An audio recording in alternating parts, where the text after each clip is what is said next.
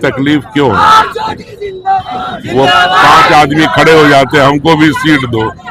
आपकी कोई हैसियत नहीं है बिहार के अंदर, आपसे कौन बात करेगा? फिर आप जो कुछ कर रहे हो बीजेपी के लिए वो सबको मालूम है। आप बीजेपी के एजेंट हैं।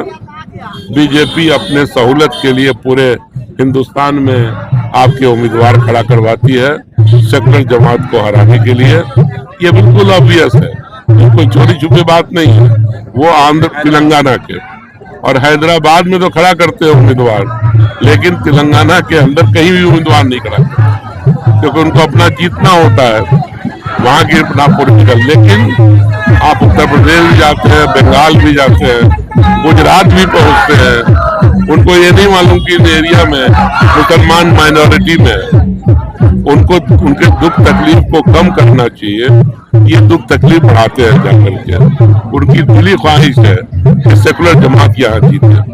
आप इंटरफेयर करके इन राज्यों में बीजेपी के जीतने के रास्ता को आसान करते हैं, और उसकी एक वाहिद वजह है कि इनको डर है कि इन पर कोई ईडी, इनकम टैक्स ये सब पहुंच न जाए जेल के अंदर। कि बिहार में एमआईएम का कोई जनाधार कुछ नहीं है, गठबंधन के लायक है, वो बीजेपी के एजेंट है।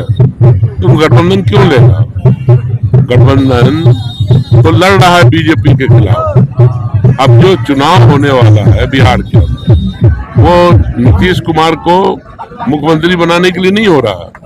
वो सेहत के एतबार से, हर लिहाज से इस लायक नहीं है। ये तो बीजेपी अपनी तैयारी कर रही है उसको किनारे करके, जैसे शिवसेना को किनारे करके महाराष्ट्र में पावर में आ गए, उसी तरह से वो।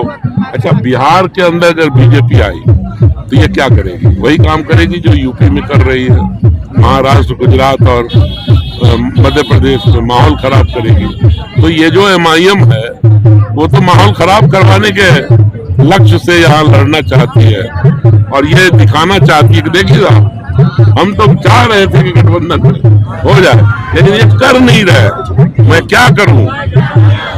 तो ये झूठे हैं, ये झूठे आंसू है।